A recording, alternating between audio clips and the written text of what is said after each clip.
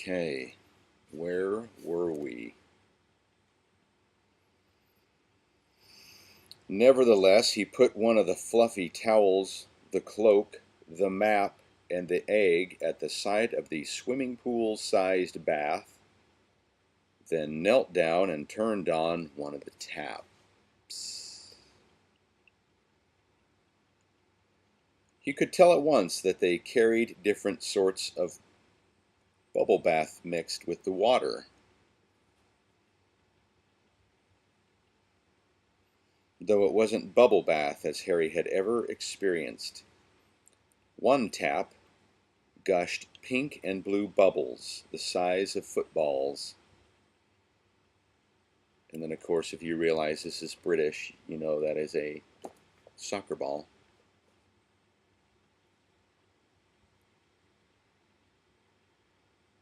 Another poured ice-white foam, so thick that Harry thought it would have supported his weight if he'd cared to test it.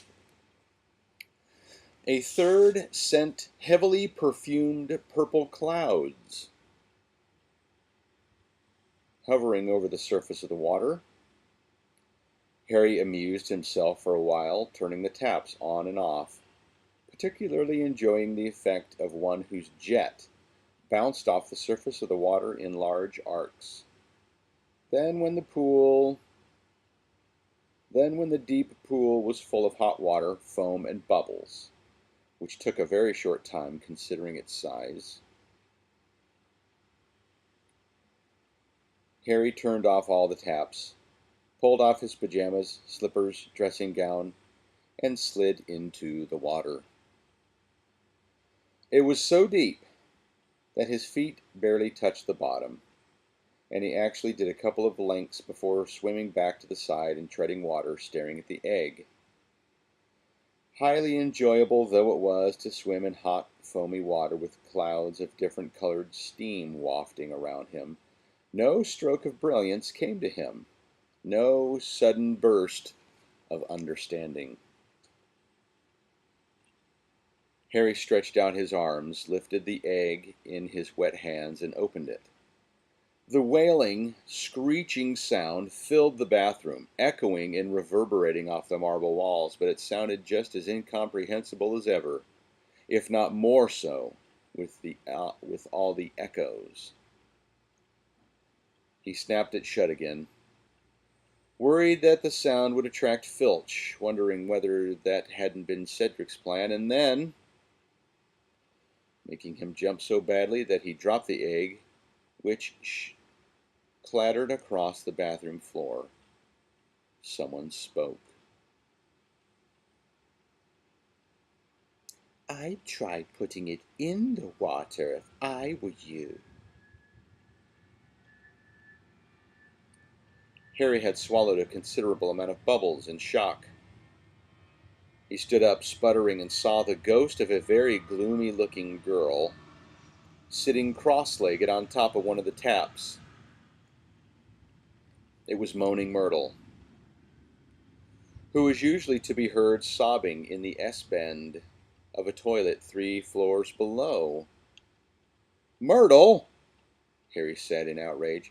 I'm not wearing anything." The foam was so dense that this hardly mattered, but he had a nasty feeling that Myrtle had been spying on him from out of one of the taps ever since he had arrived.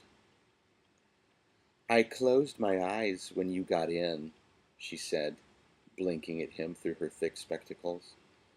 "You haven't been to see me for ages." "Yeah, well," said Harry, bending his knees slightly just to make absolutely sure Myrtle couldn't see anything but his head. "I'm not supposed to come into your bathroom, am I? It's a girl's one." "You didn't used to care," said Myrtle miserably. "You used to be in there all the time." This was true, though only because Harry, Ron, and Hermione had found Myrtle's out-of-order toilets a convenient place to brew Polyjuice Potion in secret. a forbidden potion that had turned him and Ron into living replicas of Crabbe and Goyle for an hour, so that they could sneak into the Slytherin common room. Ah, I got told off for going in there, said Harry, which was half true. Percy had once caught him going into Myrtle's bathroom. I thought I'd better not come back after that. Oh, I see, said Myrtle, picking a spot on her chin in a morose sort of way. Well, anyway, I'd try the egg in the water. That's what Cedric Diggory did. Have you been spying on him too? Said Harry indignantly. What do you do? Sneak up here in the evenings to watch the prefects take baths? Sometimes, said Myrtle shyly, but I've never come out to speak to anyone before. I'm honored, said Harry darkly. You keep your eyes shut. He made sure Myrtle had her glasses well covered before hoisting himself out of the bath, wrapping the towel firmly around his waist to go and retrieve the egg. Once he was back in the water, Myrtle peered through her fingers and said, Go on then, open it under water. Harry lowered the egg beneath the foamy surface and opened it, and this time it did not wail. A gurgling song was coming out of it, a song whose words he couldn't distinguish through the water. You need to put your head under too, said Myrtle, who seemed to be thoroughly enjoying bossing him around. Go on. Harry took a great breath and slid under the surface. And now, sitting on the marble bottom of the bubble-filled bath, he heard a chorus of eerie voices singing to him from the open egg in his hands. Ay, ay, ay. Come seek us where our voices sound.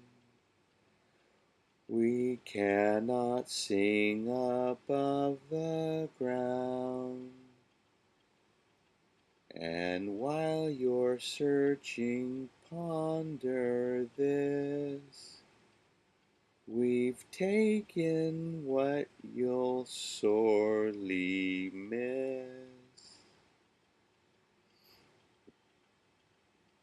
An hour long you'll have to look, and to recover what we took.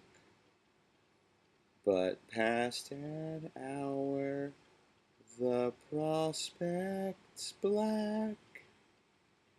Too late, it's gone, it won't come back.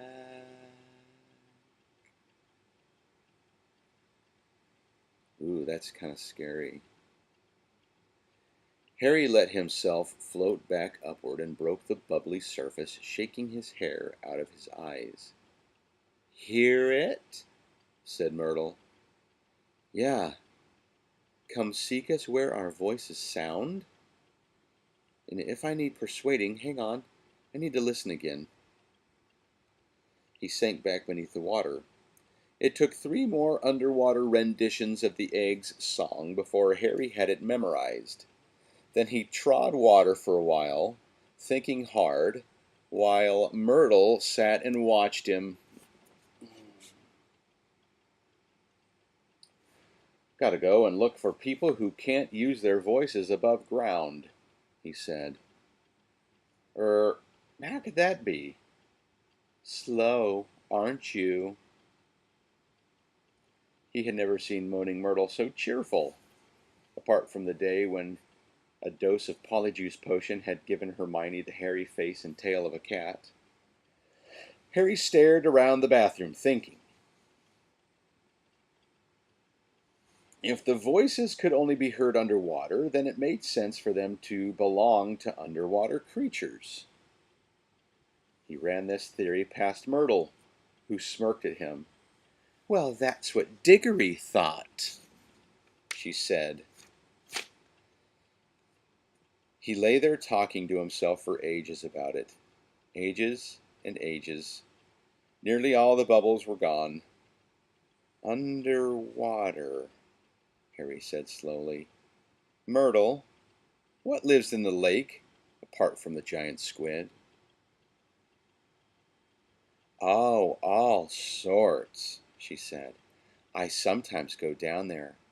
Sometimes don't have any choice if someone flushes my toilet when I'm not expecting it."